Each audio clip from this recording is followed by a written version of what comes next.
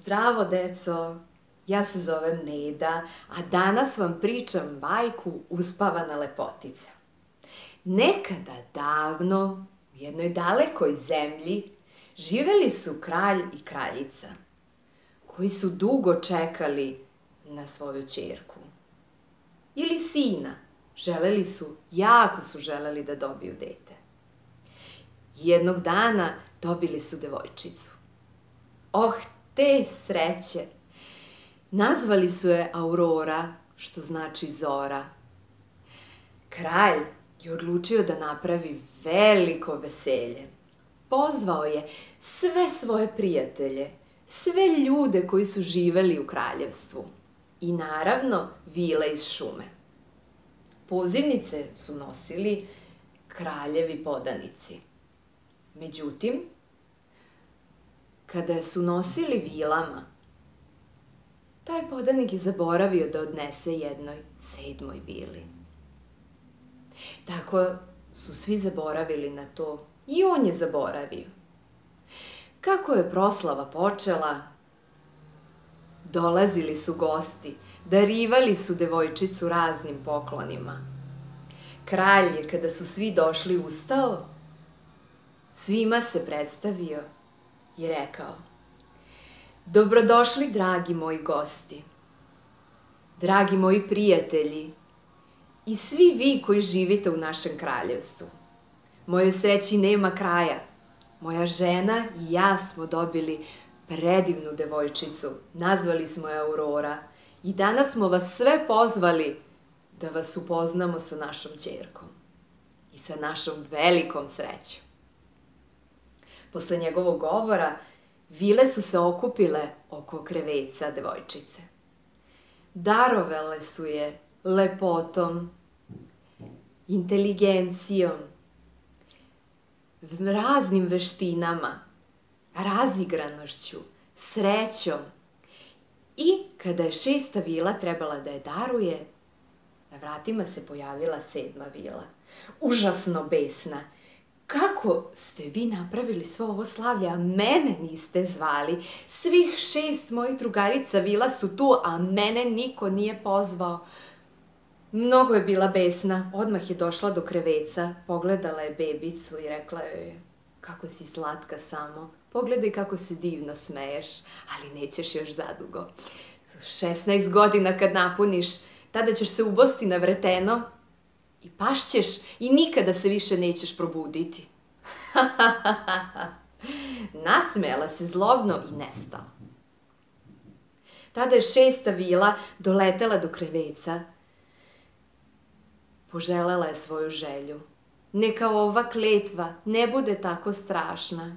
Kada se ubodeš na vreteno, ti zaspi 100-godišnjim snom, a probudit će te princ koji bude imao dobro srce. Tako su ovo slavlje završili. Kralj i kraljica su bili u užasnom strahu. Svima su naredili da svoja vretena donesu kod njih u dvorac i da se sva ta vretena spale. Tako je i bilo. Međutim, zlobna vila je sve to gledala.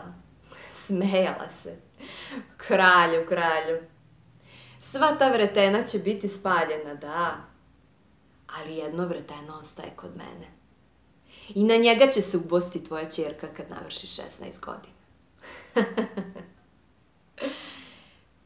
Tako su godine prolazile. Aurora je rasla, bila je vrlo razigrana, bila je lepa, bila je inteligentna, bila je srećna, sve ono što su vile rekle.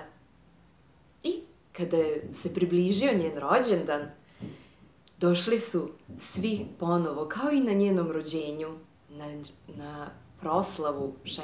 rođendana. Kralj i kraljica su pomislili: ako budemo svi tu oko Aurore, neće moći ništa da joj se desi. Međutim, kada su se svi opustili, gosti su se veselili i kralj i kraljica su se veselili, a Aurora se iskrala. Otišla je da obiđe deo zamka koji obično nije obilazila. Za svojih 16 godina nikada nije ušla u te prostorije. Ušla je u jednu sobu i tamo je zatekla jednu stariju gospođu koja je plela na vretenu. Iznenadila se. Šta li je to? Ja to nikad u životu nisam videla. A starija gospođa je odgovorila. To je vreteno, mila moja. Ja pletem. Da li hoćeš i ti da naučiš da pleteš? Da, hoću. Sela je i ubola se na iglu. Pogledala je u svoj prst, počela je da je se vrti u glavi. Pomislila je, šta sam to uradila? Prišla je do kreveta koji je bio tu blizu i zaspala. Tada su svi zaspali u dvorcu. I kralj i kraljica, i svi gosti, i vile, i muva u letu. I torta je prestala da se maže, a pečenje je prestalo da se peče. A miš koji je došao na miris pečenja je ostao tako u pozi. A kuvar koji je bio jako besan na jednog od svojih radnika je zamahnuo varjačom da ga udari po glavi i ostao tako kao neki svećnjak. Sve je zaspalo. I kao što je 6. vila rekla, zaspalo je 100-godišnjim snom. Prvo se tu pojavilo neko cveće oko celog tog dvorca. Vila je napravila da bude puno cveća i da se dvorac više ne vidi. Međutim, godinama se to cveće pretvorilo u žbunje i u strašno šiblje. Kako su godine prolazile, pričalo se o ovom dvorcu, pričalo se o Aurori, o toj divnoj, prelepoj devojci koja je na svoj 16. rođendan zaspala i spavaće 100 godina i celo kraljevstvo. Tako su prinčevi bili spremni da kada prođe 100 godina da odu u kraljevstvo i da probaju da probude Auroru. Međutim, kada je prošlo 100 godina i prinčevi koji su tada imali 16 godina kao i Aurora, jedan po jedan su dolazili da probaju da probude lepoticu. Međutim, imali su jedan zadatak. Kako bi krenuli da se probijaju kroz šiblje, videli bi jednu bucmastiju vilu koja stoji zapletena i visi o tom šiblju. Ona bi ga zamolila, molim te prinče, molim te spusti me odavde. A on bi se smejao i rugao bi joj se. Pa nisi morala toliko da jedeš. Pa šta sad, kako misliš uopšte da prođeš? Vidiš da otpada svo šiblje zbog tebe. A ona bi onda stvorila jednog vuka koji bi ga dalje kroz šiblje napao i pojurio. I tako bi princ pobegao. Tako je bilo sa svakim sledećim. A onda se pojavio jedan princ koji je ipak pomogao ovoj bucmastoj vili. Da, to je bila baš ona vila koja je oslobodila kletvu Aurorinu i pretvorila je u ovu mnogo lakšu. Princ je pomogao divnoj vili, a ona mu je razdvojila ovo šiblje i pustila ga u dvorac. Princ je tada ušao i gledao je gde je Aurora. Aurora, Aurora, dozivao bi je. A ona se još uvek nije uglašavala. Aurora pa je spustio cveće sa jednog dela i ugledao je jedna vrata. Da, ta vrata su vodila ka onoj sobi gde je Aurora zaspala. Kada je ušao tamo i ugledao je, seo je pored nje, uhvatio je za ruku, nije znao šta da radi, šta bi on sad trebao da uradi. Uhvatio je za ruku i krenuo da joj priča šta mu se sve desilo do tada. A Aurora se od stiska njegove ruke i od njegovog glasa probudila. Da, ugledala je princa, ali ona bila u čudu. Moja proslava još uvek traje, a ja sam zaspala. Jao Bože, pogrešila sam, ubila sam se na vreteno, moram da siđem dole, hajde ideš sa mnom, ko si ti uopšte?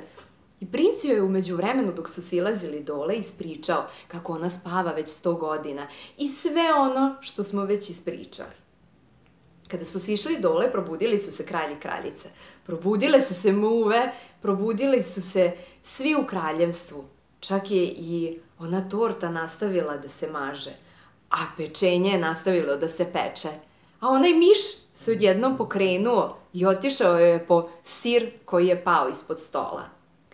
A onaj kuvar što je krenuo da lupi onog svog radnika od koji ga je jako iznervirao, se odjednom pomerio i lupio u prazno, pošto se i taj radnik njegov pomerio.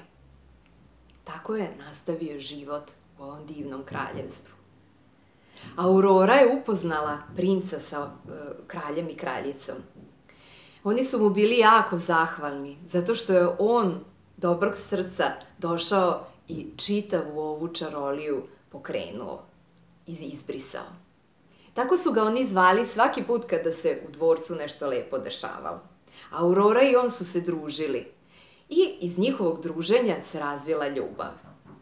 Princ je poželeo da Auroru pita da se uda za njega. Prvo je tražio njenu ruku od kralja. Kralj je pristao, a onda je pristala i Aurora.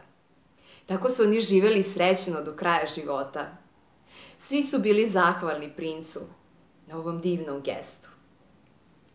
A ona zla vila je došla da se izvini. Bilo je ipak krivo zbog svega što je uradila. I rekla je da to nije bilo u redu od nje.